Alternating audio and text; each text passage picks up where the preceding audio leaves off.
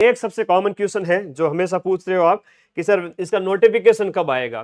देखो 76 टोटल 160 पद खाली बताए जा रहे हैं और इसमें कि जल्द ही इसका नोटिफिकेशन निकाल दिया जाए, जुलाई अगस्त हो सकता है कि फिक्स डेट नहीं है और जल्दी आएगा। और इसका एग्जाम जो है वो आपके मान के चलिए जनवरी से जून 2027 यानी अगले 6 महीने से लेके 12 महीने, 6 से 8 महीने में तो एग्जाम तो हो जाएगा, नोटिफिकेशन भी आएगा। लेकिन आपकी तैयारी कितनी है, आप लोग कितना पढ़ रहे हो ये बताओ पहले तो। ठीक है, हम ईओ और आरओ की बात करेंगे। वैसे लेवल के हिसाब से देखें तो आरओ जो है वो L12 की जॉब है, यानी इसमें पैसा ज्यादा मिलता है। और ईओ जो है आपका यहाँ पर फील्ड की जॉब है जिसमें आपका L11 की ये जॉब हो जाती है। तो इसके बारे में कंप्लीट बात करें, जैसे ईओ है तो ये फील्ड वर्क ज्यादा रहता है और आरओ है तो ऑफिस में ज्यादा बैठता है और नगर पालिका में प्रशासन और विकास में सहयोग करता है। ये राजस्व प्रबंधन में मदद करता है, ये ज्यादा जनसंपर्क रखता है। तो आरओ है वो उसका इतना नहीं रहता है। सरकारी वाहन और यात्रा भत्ता भी मिलता है, स्कॉर्पियो तक मिल जाती है भाई। ठीक है, अच्छी गाड़ी मिल जाती है। हाँ, अवेलेबिलिटी पे ऊपर डिपेंड करता है, स्विफ्ट मिल सकती है लाल बत्ती के साथ में और अच्छी सुविधाएं है। ठीक है, लाल बत्ती ना हो तो प्लेट तो है ही है आपकी। ठीक है, वो प्लेट ही बहुत बड़ी है कि भाई आगे लिखा हुआ अधिशासी अधिकारी और जो कहता है ना कार्यपालिका अधिकारी या राजस्व अधिकारी जो लिखा हुआ होता है। और ऑफिस में फिर आपका जो एक नंबर जो है बोर्ड लगा रहता है उसके ऊपर अमुक अधिशासी अधिकारी राजस्व अधिकारी आपके नाम के साथ में। एक बहुत बड़ी बात है। तो आइए थोड़ा और जानते हैं इसके बारे में। L11 L12 की ये जॉब है। सबसे पहले हम ईओ की बात करें, ईओ और आरओ को कंपैरिजन में पढ़ेंगे, थोड़ा सा ना पैरामीटर के हिसाब से देखेंगे। कार्य की प्रकृति ये है कि एग्जीक्यूटिव जो ऑफिसर है वो प्रशासनिक और फील्ड वर्क उसका ज्यादा रहता है और उसका जो थोड़ा सा ऑफिस वर्क ज्यादा रहता है आरओ का।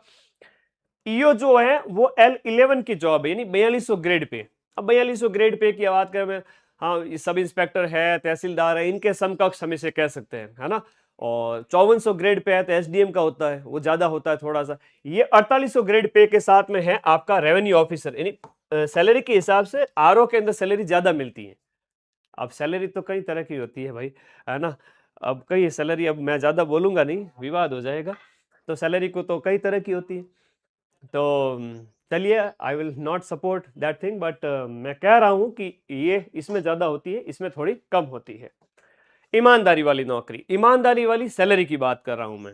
ठीक है, भ्रष्टाचार को मैं बढ़ावा नहीं दे रहा, लेकिन इंसान गलतियों का पुतला है, इंसान लालच का है। तो अपने जॉब लग जाओ उस समय थोड़ी ईमानदारी दिखाना। ठीक है, विकास के कार्य में सहयोग करना। अधिकार और पावर की बात करें तो जो ईओ है, तो जो आपका ईओ है वो अधिक पावर और जनसंपर्क के साथ रहता है और जो आरओ है वो उसका थोड़ा सीमित होता है। रेवेन्यू सेक्शन, फाइनेंस, वित्तीय पैसे वाला है वो आरओ होता है, उसके ऊपर लेन देन, उसके ऊपर उसकी ज्यादा भागीदारी होती है। नेताओं, जनता, धरना प्रदर्शनों का पब्लिक प्रेशर इसका ज्यादा होता है, उसका जो काम का प्रेशर कम होता है। ऑफिस टाइमिंग के बाद बड़े आप सुकून से रह सकते हो।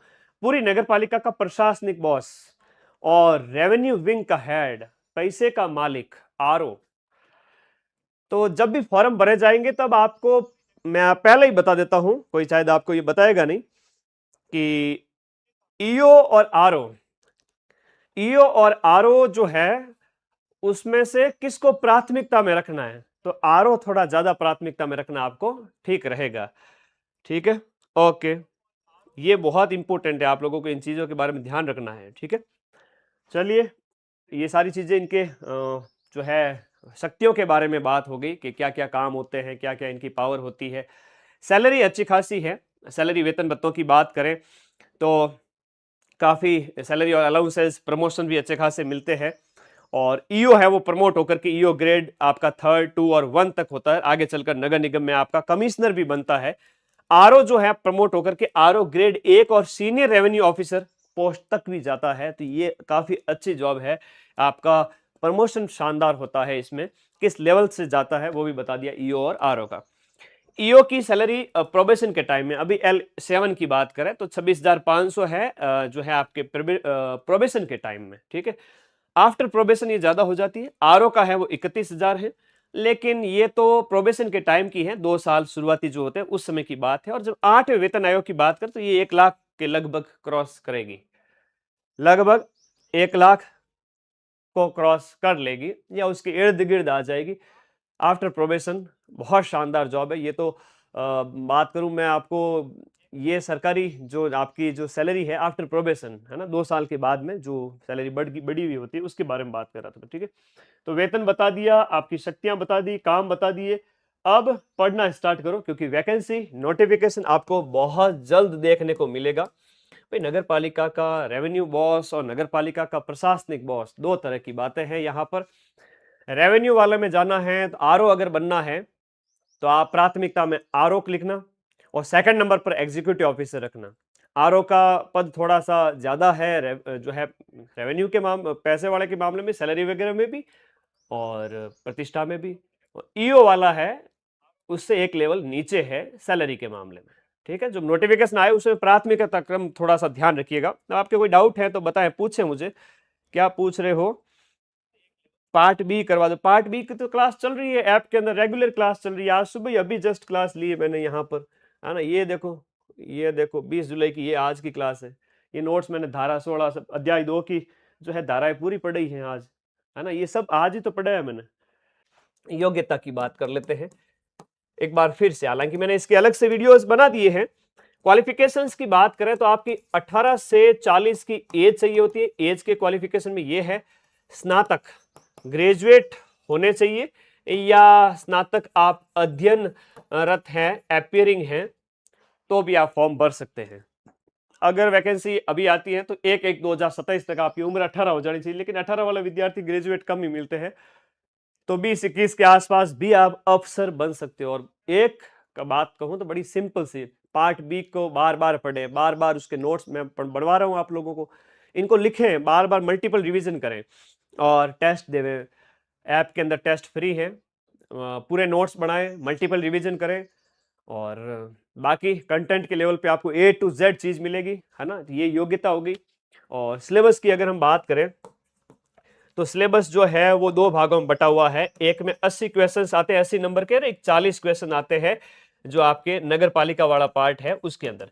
तो नगर पालिका वाला पार्ट तो ऐसा है कि अभी जो क्वेश्चंस आएंगे काफी जो है कहते ना आपने पढ़ रखा है उसके बेस पे आपको उत्तर देना है, सीधे सीधे नहीं मिलेंगे। पहला पेपर हुआ था 2023 का, उसमें तो सीधे सीधे पूछे गए थे, ठीक है। अभी जब पेपर आएगा तो काफी यहाँ पर आपको विश्लेषणात्मक प्रश्न देखने को मिलेंगे। इसका मतलब आपने जो पढ़ रखा है उसके नॉलेज का इस्तेमाल करते हुए आंसर देना, अच्छा लेवल आएगा। और ये 80 क्वेश्चंस हैं जिसमें से 50 क्वेश्चंस तो राजस्थान जी के करंट के ही हो जाएंगे पूरे, है ना। राजस्थान जी के हो जाएगा, राजस्थान हिस्ट्री, कल्चर, ज्योग्राफी, है ना, पॉलिटी मिला करके। और मतलब 80 क्वेश्चंस में से राजस्थान इतिहास, कला, संस्कृति, करंट अफेयर्स, राजस्थान की पॉलिटी मिलाकर लगभग हो जाएंगे आपके 60 से 60 क्वेश्चंस का मैटर। 60 क्वेश्चंस तो राजस्थान इतिहास, कला, संस्कृति, भूगोल, राजस्थान की पॉलिटी, फिर करंट अफेयर्स 10 क्वेश्चन और 10 क्वेश्चन इंडियन पॉलिटी, तो लगभग आपके 80 क्वेश्चंस 80 नंबर के। पॉलिटी इंडिया की है वो थोड़ा थोड़ा साथ साथ में अच्छा करते रहे उसको, और बाकी वाला सरल सेगमेंट है उसको अच्छा करें, उसमें लीड लेवे। पार्ट बी को नियमित पढ़े मेरे साथ में, नोट्स बनाएं। कितनी पोस्ट आ सकती है, अभी 160 पोस्ट जो वैकेंट बताई गई थी, 160 पद है वो आपके रिक्त बताए गए थे। पिछली बार तो इससे भी कम पद थे, है ना। इस बार तो फिर भी ज्यादा है, और पदों में वृद्धि है वो 2 गुना तक देखने को मिलती है। ये 200-300 भी हो सकते हैं। आपको तो एक पोस्ट चाहिए ना, एक पोस्ट के लिए डेली कितना पढ़ रहे हो आप अगर जबरदस्त लेवल में पढ़ रहे हो कि सुबह 7 बजे उठ करके 12 बजे तक दिन में मतलब 5 घंटे लगातार सुबह का टाइम यूटिलाइज कर लिया है आपने, तो आपके जैसे तो पूरे राजस्थान में एक सिंगल बंदा भी नहीं मिलेगा जो डेली इतना पढ़ता और दोपहर बाद रेस्ट करके फिर 3-4 घंटे और पढ़ ले और शाम को 1-2 घंटे और पढ़ ले। मैं पूरा ईओआरओ पे फोकस करने का नहीं कह रहा हूं, पार्ट बी आप अच्छा करें साथ साथ में। और ये तो बड़ा कॉमन है, एसआई में भी कॉमन है, आरएएस में भी कॉमन है, पूरा सीईटी में भी कॉमन है। तो सीईटी वाले बच्चे, तो ये तो बड़ा कॉमन चीज है, ऐसी क्वेश्चन वाली, ऐसी नंबर भी। और पार्ट बी तो पढ़ना है आपको अलग से। तो ईओआरओ कोई समय की बर्बादी नहीं है, ये तो एक अपॉर्चुनिटी है एक महत्वाकांक्षी कैंडिडेट के लिए, जो बड़ा ही जो है उसकी बड़ी महत्वाकांक्षा है कि मैं बहुत कम उम्र में या बड़े पद पे पहुंचूं, तो उसके लिए है ये, ठीक है। कम पोस्ट है लेकिन साथ साथ आप नियमितता अगर रखोगे तो पार्ट बी भी स्ट्रॉन्ग कर लोगे, आरएस, एसआई और CET, second grade, even REET के साथ भी, ठीक है। तो ये सारी बातें जो थी मैंने आप लोगों को बता दी है।